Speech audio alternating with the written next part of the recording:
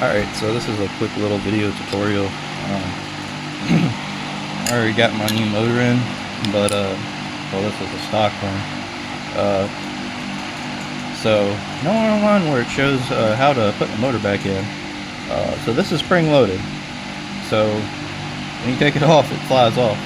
All the stuff flies off, so I don't recommend doing it unless you relieve the tension.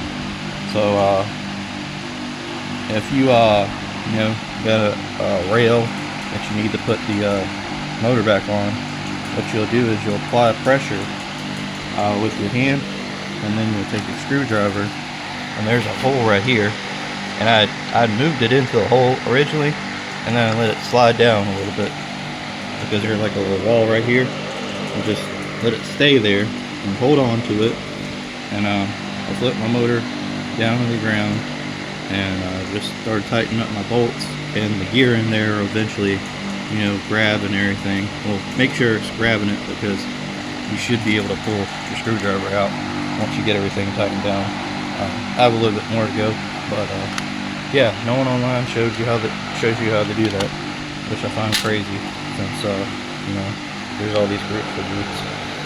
Here's my rollers I made. Went down to Home Depot and got them.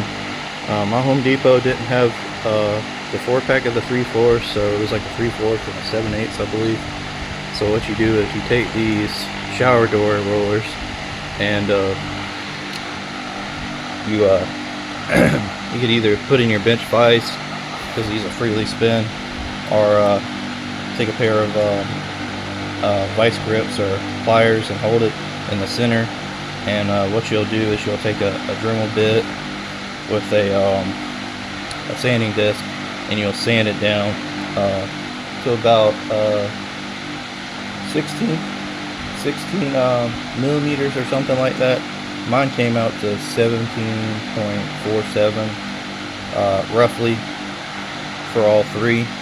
And then what you want to do is lubricate racks and everything, and put them in there. Let's see, I know with this one, I took my little grinder, the little Dremel part. Well, you could do it with the Dremel. I just did it with my little air grinder, and I ground out the channel in there, because there's like these little tabs that stop you from putting the new rollers in that you made. This one, I don't think I had to do that.